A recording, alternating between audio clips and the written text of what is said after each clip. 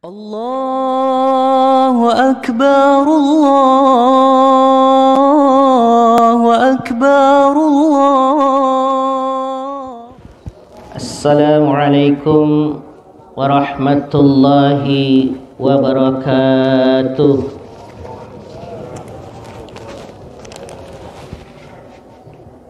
الله أكبر الله أكبر الله أكبر الله أكبر الله أكبر الله أكبر الله أكبر الله أكبر الله أكبر الله أكبر كبيرا والحمد لله كثيرا وسبحان الله بكرة وأصيلا. لا إله إلا الله ولا نعبد إلا إياه مخلصين له الدين ولو كره الكافرون.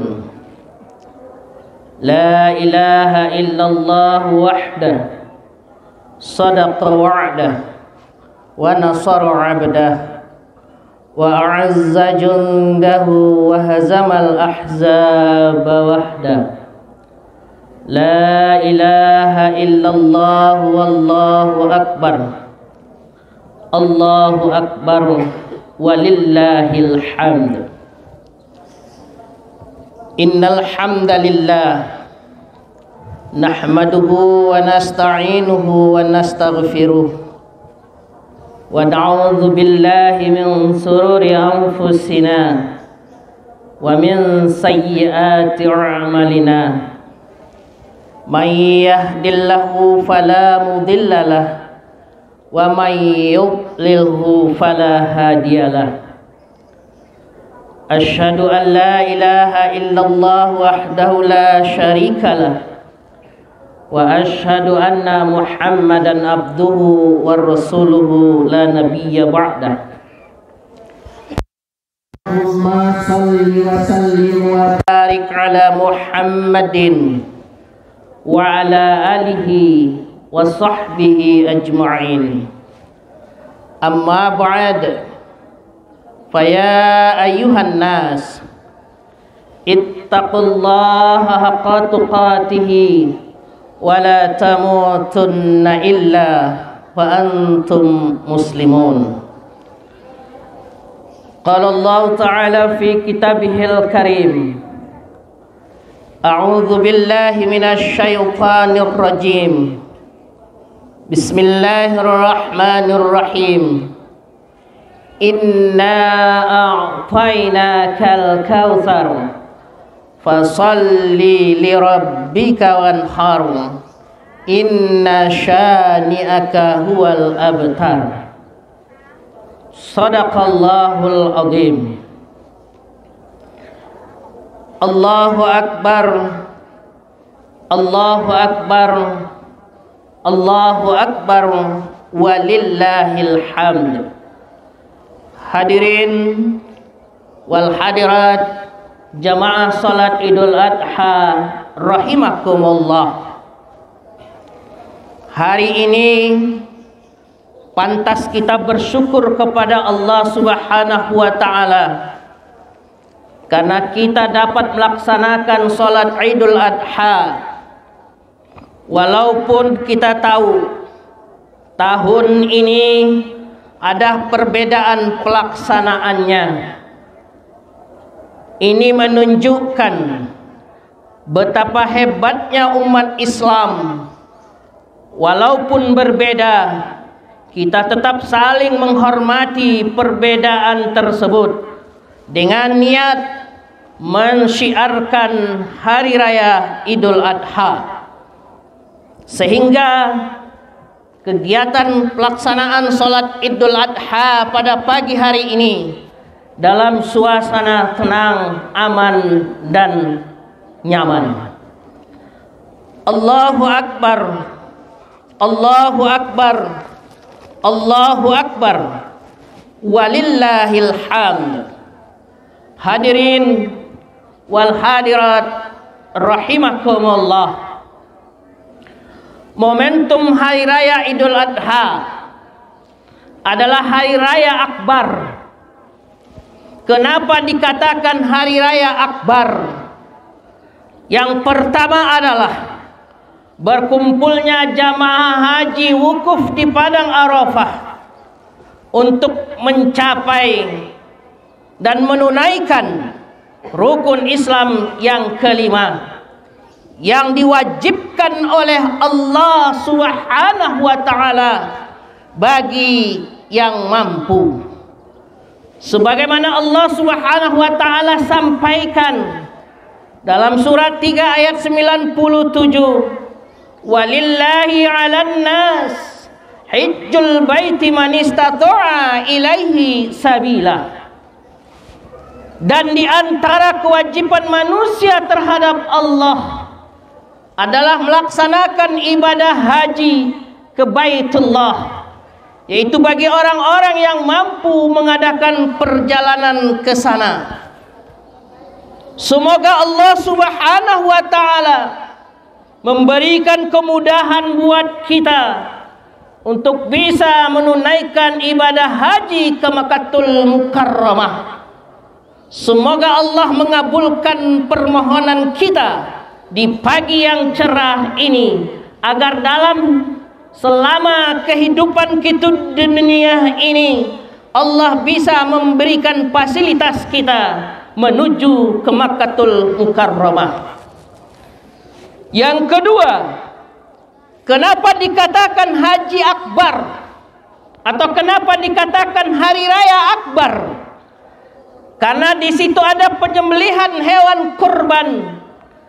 Penyembelihan hewan kurban ini betul hukumnya sunnah muakkadah, tapi ini adalah perintah Allah Subhanahu wa taala dalam surat Al-Kautsar ayat 1 sampai 3. Inna a'tainakal kautsar fasholli lirabbika wanhar inna syani'aka huwal abtar.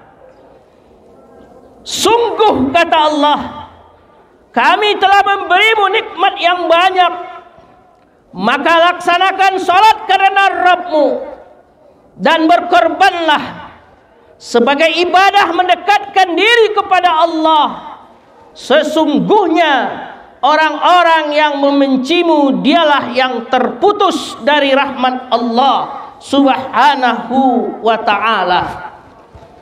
Saudara hadirin sidang Idul Adha rahimakumullah, kalau kita cermati ayat tersebut, kalau kita mau jujur dalam beragama, masalah korban ini tidak ada yang mengaku dirinya beragama Islam, yang melaksanakan sholat 5 waktu sehari semalam, tidak berusaha melaksanakan pemotongan hewan korban pada hari nahar ini, karena Allah Subhanahu wa ta'ala telah memberikan nikmat yang banyak kepada kita, sehingga nikmat itu tidak mampu kita menghitungnya.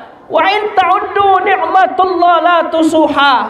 Jika kamu hitung-hitung nikmatku, kata Allah, maka kamu tidak mampu menghitungnya. Begitu banyak Allah telah memberikan nikmatnya kepada kita semua.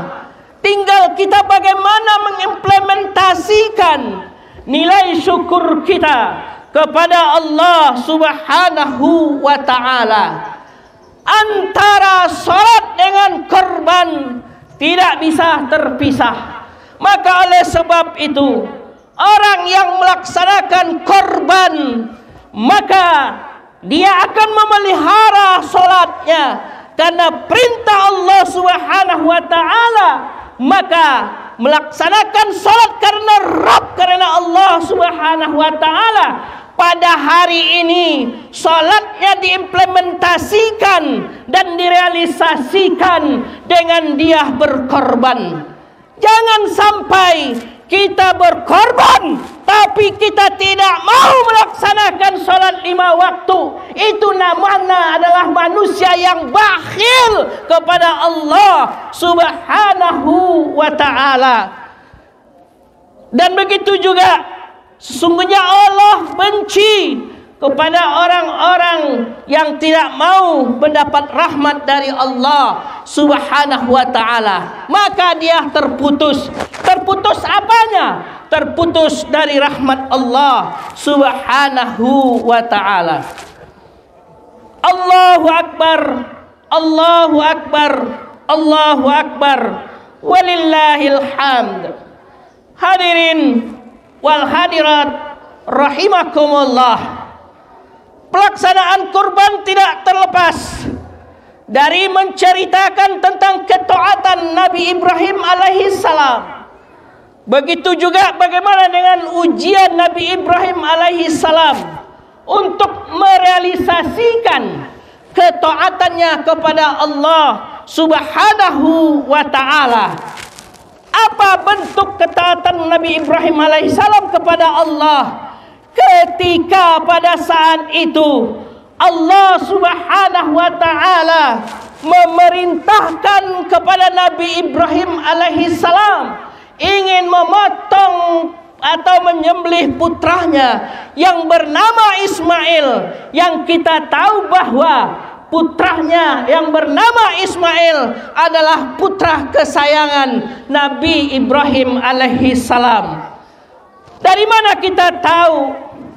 Inilah yang diabadikan oleh Allah Subhanahu wa ta'ala dalam surat As-Saffat ayat 102. Falamma balagha ma'ahu sa'ya qala ya bunayya inni ara fil manam anni azbahuka fanzur madza tara. Qala ya abati al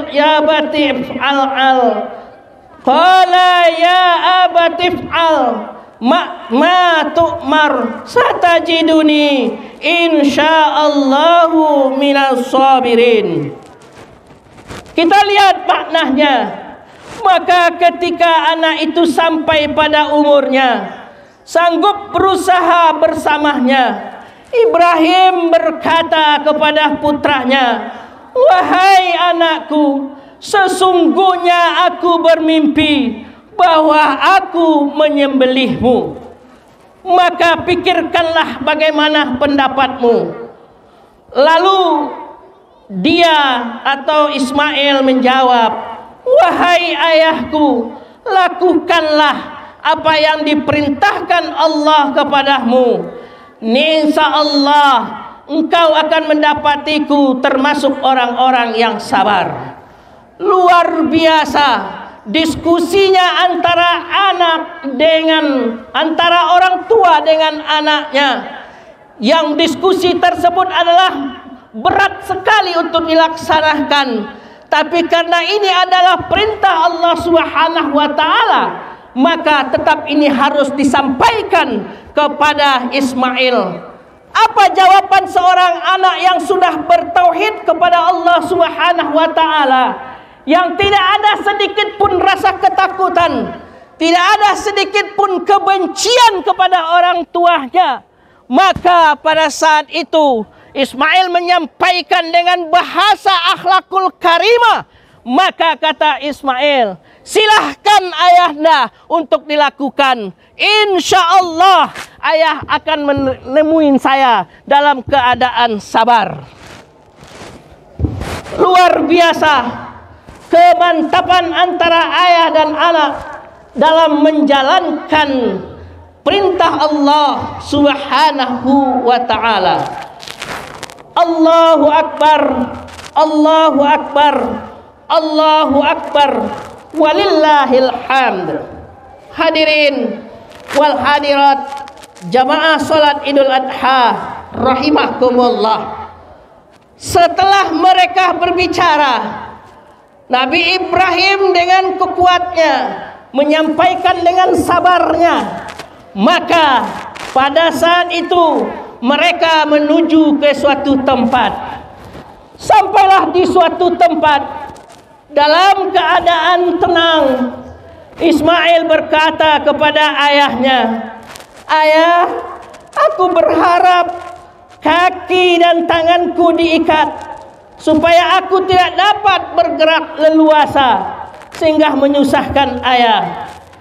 Ayah, hadapkanlah mukaku ke tanah, ayah, supaya tidak melihatnya. Sebab kalau ayah melihat, nantinya ayah merasa kasihan kepada saya. Asahlah tajam-tajam pisau, ayah, agar penyembelihan berjalan dengan singkat. Sebab sakaratul maut dahsyat sekali, ayah. Berikanlah bajuku kepada ibu, ayah, untuk kenang-kenangan, serta sampaikan salamku kepada ibu supaya dia tetap sabar. Insya Allah saya dilindungi Allah Subhanahu wa ta'ala. Jangan ceritakan bagaimana ayah mengikat tanganku. Jangan izinkan anak-anak sebayaku datang ke rumah, agar kesedihan ibu tidak terulang kembali. Dan apabila ayah melihat anak-anak sebayahku, jangan terlampau jauh untuk diperhatikan. Nanti ayah bersedih." Nabi Ibrahim meneteskan air mata, tidak tahan mendengar ucapan anaknya, yang anaknya kesayangan Nabi Ibrahim alaihissalam. Nabi Ibrahim hanya bisa menjawab, "Baiklah anakku, Allah akan menolongmu." Setelah itu Ismail ditelentangkan di atas sebuah batu, dan pisau pun diletakkan di atas lehernya.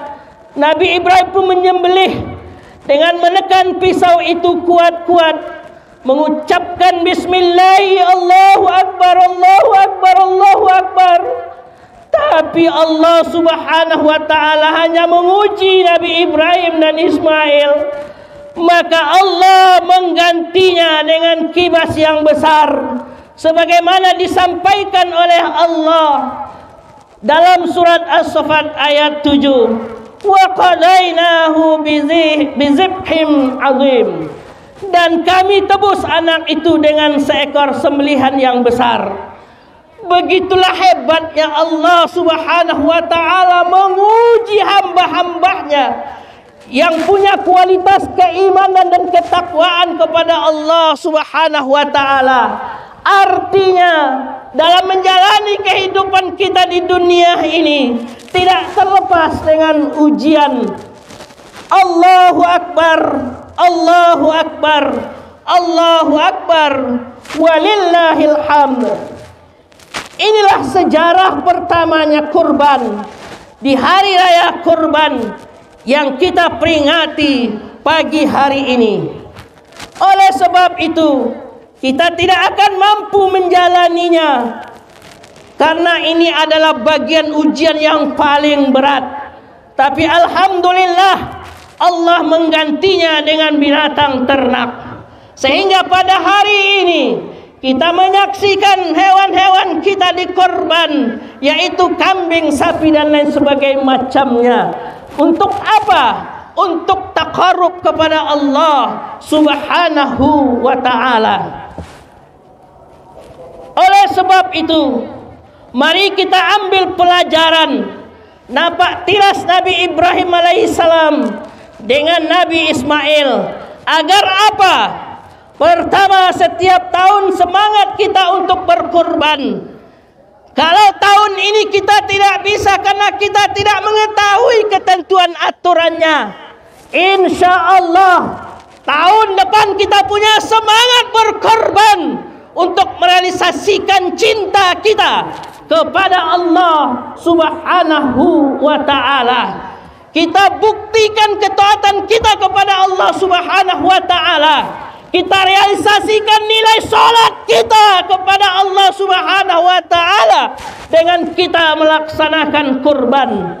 Hati-hati, jikalau seandainya kita jauh tidak melaksanakan tuntunan syariat ini, maka kata Rasul, jangan sekali-kali kamu dekati tempat salatku. Yang kedua, pelajaran yang bisa kita ambil dari napak tilasnya Nabi Ibrahim dan Nabi Ismail alaihissalam. Maka semangatlah kita mengeluarkan infak dan sedekah buat di jalan Allah Subhanahu wa ta'ala. Kita lihat masjid kita sudah bentuk hampir megah. Masjid kita sudah hampir mau jadi, walaupun belum terrealisasi keseluruhannya. Maka oleh sebab itu, sisihkan sebagian rezeki kita untuk di jalan Allah Subhanahu wa ta'ala, untuk kita selesaikan pembangunan masjid ini. Kita tahu bahwa inilah amal jariah kita yang akan kita persembahkan kepada Allah Subhanahu wa ta'ala, buat anak cucu kita, buat generasi kita, yang kalau kita sisihkan sebagian rezeki kita, insya Allah ini akan menjadi sedekahun jariah yang mengalir terus, yang tidak akan terputus sampai kapanpun. Walaupun kita sudah tidak ada di dunia ini, nilai pahalanya tetap mengalir terus. Insya Allah nanti semua kita dapat menyaksikan dan kita dapat menjadi saksi di hadapan Allah ketika nanti kita berada di yaumil qiyamah. Yang ketiga, napak tilas Nabi Ibrahim alaihissalam bersama Ismail. Maka siapkan diri dan waktu untuk sholat 5 waktu sehari semalam. Saudara-saudara, apapun kesibukan kita di dunia ini, tolong jangan sekali-kali kita tinggalkan sholat. Karena nilai salat adalah nilai yang paling tinggi di hadapan Allah Subhanahu wa ta'ala. Yang pertama sekali nanti dihisab di yaumil qiyamah adalah as-salah. Sehebat apapun amal ibadah kita, kalau salat tidak kita laksanakan sesuai dengan ketentuan yang dicontohkan oleh baginda Rasul, maka ibadah-ibadah lain tidak bermakna di hadapan Allah Subhanahu wa ta'ala. Maka peliharalah salat kita dengan baik, agar mampu kita merealisasikan nilai salat kita dengan baik. Maka jangan keluar dari tadabbur keilmuan kita. Alhamdulillah, Masjid Al-Huda memfasilitasi masalah tolabul ilmi. Banyak kita dapat ilmu di Masjid Al-Huda. Setiap malam Senin dan lain sebagainya macamnya, majlis taklim ibu-ibunya sudah kita fasilitasi Masjid Al-Huda untuk kita bertaqarrub kepada Allah dengan kita mencari ilmu. Silahkan hadir kita bersama-sama di Masjid Al-Huda dalam bentuk syiar dan dalam bentuk perintah Allah Subhanahu wa ta'ala. Kita laksanakan sholat berjamaah 5 waktu. Kita penuhi masjid kita yang sudah kita bangun.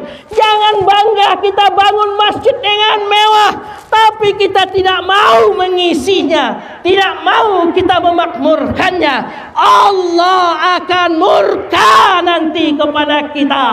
Hari ini kita melihat betapa banyaknya manusia. Seandainya kita mau sedikit jujur beribadah kepada Allah, mau kita penuhi masjid, masjid yang kita bangun sebesar ini tidak mampu menampung jamaah sekalian. Jujurlah kita dalam beragama. Kita harus sadar betul, jangan sampai kita jauh dari ketaatan kepada Allah. Jangan sampai kita tidak mendapat rahmat dari Allah Subhanahu wa ta'ala. Ingatlah saudara hadirin salat Idul Adha rahimakumullah, bahwa kita hidup tidak selama-lamanya di dunia ini. Suatu saat kita akan kembali ke alam akhirat. Siapapun dia, sehebat apapun dia akan dipanggil oleh Allah. Jangan kita anggap ketika kita dipanggil oleh Allah melalui kematian kita selesai urusan. Tidak, saudara-saudara. Justru kita akan berat mempertanggungjawabkan di hadapan Allah Subhanahu wa ta'ala apa yang kita lakukan dalam kehidupan kita di dunia ini yang jauh dari nilai ibadah kepada Allah Subhanahu wa taala. Azab Allah itu sangat pedih, hadirin wal hadirat. Azab Allah itu sangat pedih. Apakah kita tidak takut dengan azab Allah Subhanahu wa taala? Contoh yang paling kecil, ular yang di dunia kita takut. Kenapa ular yang di akhirat kita tidak takut? Coba bayangkan, ini saja jadikan bahan renungan kita. Ular yang nanti di akhirat, yang kalau kita tidak beribadah akan kita hadapi. Salah satu contoh adalah ular As-Suja al-Alqa, yang ekornya 1, kepalanya 70, yang siap menggerogotin kita.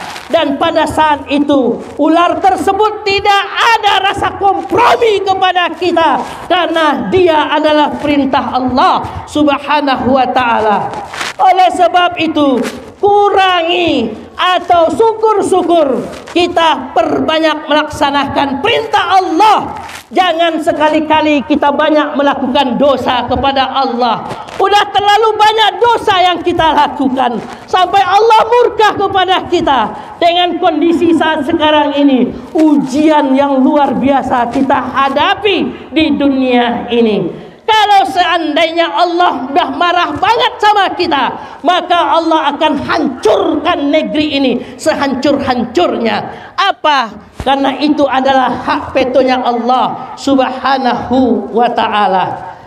Allahu Akbar, Allahu Akbar, Allahu Akbar, walillahil hamd. Hadirin wal hadirat rahimahkumullah. Nampak tilas Nabi Ibrahim alaihissalam bersama putranya Ismail.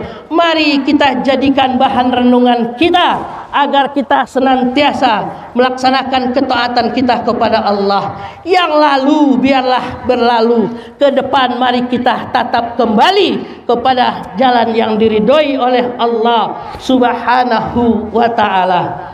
Demikianlah khutbah Idul Adha ini. Semoga bermanfaat buat kita semua. Wabil khusus bagi diri khatib beserta keluarga. Akhirnya mari kita berdoa kepada Allah, semoga Allah membukakan pintu hati kita agar selalu dalam ketaatan kepada Allah dan Rasulullah sallallahu alaihi wasallam.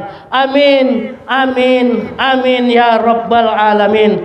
Allahumma ghfir lil muslimin wal muslimat wal mu'minin wal mu'minat al-ahya'i minhum wal amwat birahmatika ya arhamar rahimin. Allahumma ya Allah, jadikanlah setiap napas kami sebagai bukti cinta kami kepadamu, dan pengorbanan kami sebagai bukti kami sebagai umat muslim yang mendekatkan diri kepadamu. Allahumma ya Allah, selamatkan iman Islam kami agar kami jauh dari kemusyrikan dan dekat dengan ketauhidan. Jadikanlah diri kami menjadi hamba-hamba yang pandai bersyukur kepadamu ya Rabb. Ya Allah, tundukkanlah hati kami agar kami selalu dalam keselamatan di dunia, nanti di akhirat. Jauhkan kami dari kesesatan ya Rabb.